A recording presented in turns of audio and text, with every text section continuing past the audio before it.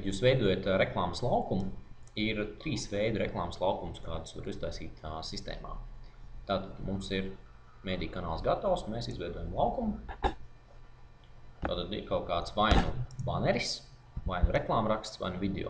Banerim tātad parametri būs platums, augstums, kaut kāds novietojums, noteikti failu formāti. Protams, iespēja pievienot piemēru, flash versiju, viņam var būt nosaukums un kaut kāds failu izmērs. Ja tas ir reklāmraksts, tad uzreiz mēs varam viņam teikt, ka ir nepieciešams dots fails un saglabāt. Šādi nav obligāti nepieciešams izmērs, augstums un platums, taču, ja reklāmrakstam ir papildus arī bildes jāpievieno, tad te var pievienot, kāds ir platums, augstums, un tāda formātam nav īsti nozīme, jo tas pat labi, tas var būt JPG, GIF vai PNG fails.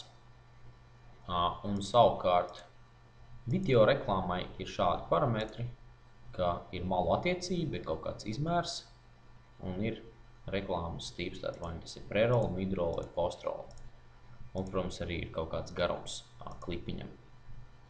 Tad, ja es izvēlēšos vienkāršāko veidu baneri, šai gadījumā es norādīšu, ka tas ir 728x90 baneris, kurš atrodas portāla augšpusē. Pirmajā ekrānā viņš vienmēr būs redzams. Tad pieņemam visi failu formāti, piemēram, es tagad nepievienošu, piemēram, izmērs ir 40 KB svars. Nosaukums nav nepieciešams. Ja viņš ir pārdodās pēc pārdošanas veida diena, tad es viņu piesaistu pie šī te mediju kanāla. Šeit jau man ir priekšā kaut kādi dienas kapacitāti, kas tika norādīti pie mediju kanāla, cik daudz mājaslapas rādījumu tiek ģenerēta attiecīgi, tik daudz ir maksimālais dienas skatījumu skaits. Norādam kaut kādu cenu, un viņš jau uzreiz man pasaka, kāda būs garantētie skatījumi par rotāciju. Es ielieku 2 rotācijas, attiecīgi maksimālais skatījums potenciāls tiek sadalīts uz 2.